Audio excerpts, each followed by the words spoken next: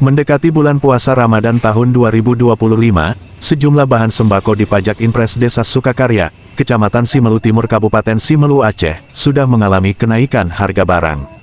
Di tengah gejolak ekonomi masyarakat kepulauan, ditambah lagi isu defisit anggaran pemerintah setempat, belum lagi kasus PT Raja Marga terkait dengan penyerobotan lahan masyarakat yang juga belum kunjung selesai.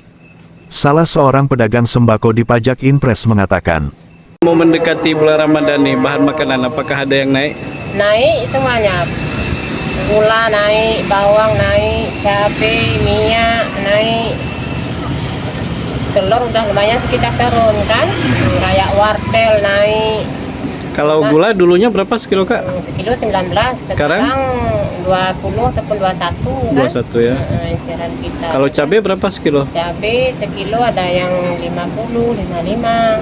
Iya. Kalau telur satu papan? Telur satu papan sekarang 58. Dulunya?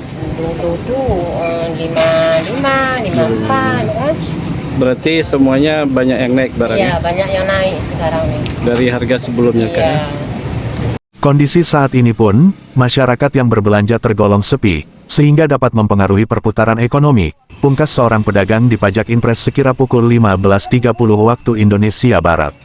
Demikian sekilas info MNTV Jurnalis, Selasa tanggal 14 Januari tahun 2025.